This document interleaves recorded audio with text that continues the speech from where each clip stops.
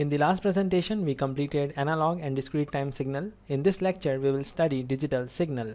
In digital signals, we discretize both time and magnitude. We have to discretize both time and magnitude axis. If you remember the discrete time signals, we discretize the time axis but not magnitude. But in case of digital signals, we have to discretize the magnitude axis as well.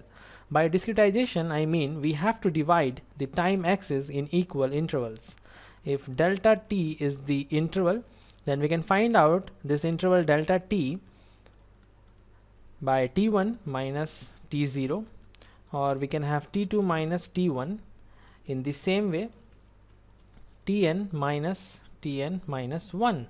This is how we can find the interval. Now the next thing that we have to do is to discretize the magnitude axis also.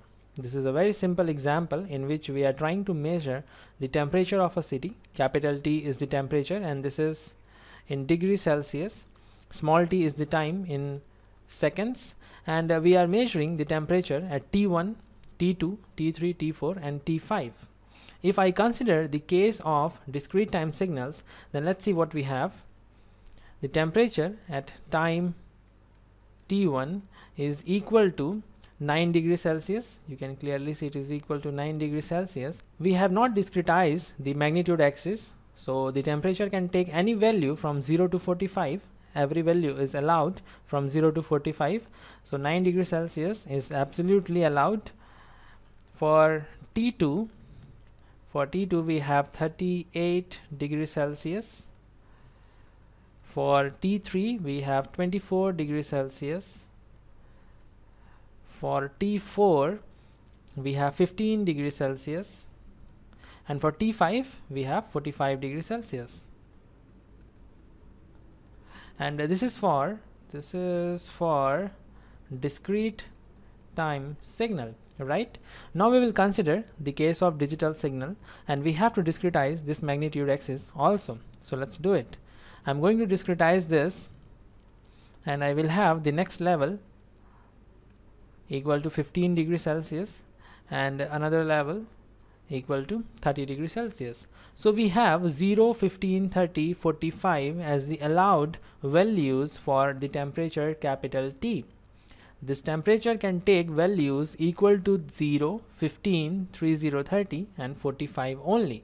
We divide the magnitude axis into fixed number of levels, and the signal can take value equal to these levels only. This line is very important, the most important part that you have to remember in digital signals. This signal can take value equal to these levels only, right? Now we will consider the same case, the same temperatures for the same time, and we have to find out what is the value for temperature capital T at these times. We are considering the digital signal in this case. So let's start. Temperature T at time T1. At T1 we have 9 degrees Celsius, but 9 is not allowed. It is between 0 and 15. It is between 0 and 15. Now what we have to take, 0 or 15? The difference between 0 and 9 is 9 degrees Celsius, and the difference between 9 and 15 is 6 degrees Celsius. So this 9 degrees Celsius is near to 15 degrees Celsius. So at first sight it seems we have to consider 15 degrees Celsius, but this is not true. To minimize the error, we have to take the lower value. We have to take 0 degrees Celsius. This is the key point that you should remember. We don't select the higher value, we select the lower value. So the temperature T at time T1 is equal to 0 degrees Celsius, and the temperature T at time T2 is 38, but 38 is also not allowed. It is between 30, 30 and 45. We again have to take 30, 30 because this is the lower level. So at T2 we have 30 degrees Celsius. Temperature T at T3 is equal to, at T3 we have 24. 24 is near to 30, but again we have to consider the lower level. So 15 degrees Celsius is the answer. At T4 we have 15. 15 is definitely allowed, so we have 15 degrees Celsius. At T5 we have 45, and 45 is allowed, so 45 degrees Celsius. And this is the values in case of digital signal. So you can clearly see the difference between discrete time signals and digital signals. We can have any value of the temperature within 0 to 45, but in this case we have the value for temperature equal to this levels only. Now we will see one more example in which we will consider the voltage.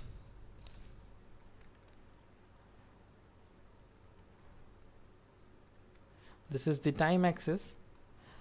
Capital V is the voltage. We are considering the digital signal, and we have 0 volts and 5 volts as the two values that are allowed. Let's say at any time t1 the voltage is equal to 2 volts, then voltage at t1 is equal to 0 volts, because I have already explained you we have to consider the lower value, so I have taken 0 volts. Now you can see we have error of 2 volts because the observed voltage was 2 volts, but we are getting 0 volts. So how to overcome this error? We can overcome this error by increasing the number of levels. If we increase the number of levels, error will reduce. This is very important point, very important point.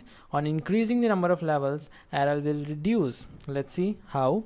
I'm going to divide 0 to 5 in 4 equal parts. So I will have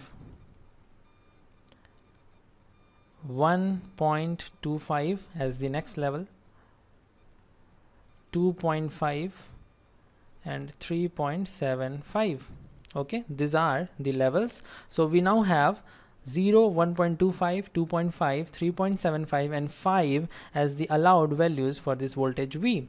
So voltage at time t1 is equal to 1.25 volts, because we have to consider the lower value, and 2 volt is between 1.25 and 2.5. Now we can easily take 1.25 instead of 0. So the error is reduced, and now we have error of 0.75 volts only. Earlier the error was 2 volts, but now the error is 0.75. If we increase the number of levels more, for example, if I have levels equal to 0, 1, 2, 3, 4 and 5, then this 2 volt can clearly be measured as 2 volts. So voltage at t1 in this case is equal to 2 volts, and error of 0 volts is there. So we have reduced the error of 2 volts to 0 volts by increasing the number of levels. This is all for this presentation. But there is one question: if we were already having analog and discrete time signals, then what is the need of digital signal? What is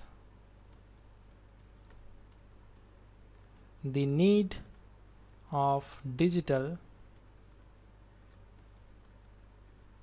signal? This is the question, and in the next lecture we will discuss this need of digital signal. If you know the answer of this question, go ahead and post your answer in the comment section. This is all for this presentation. See you in the next one.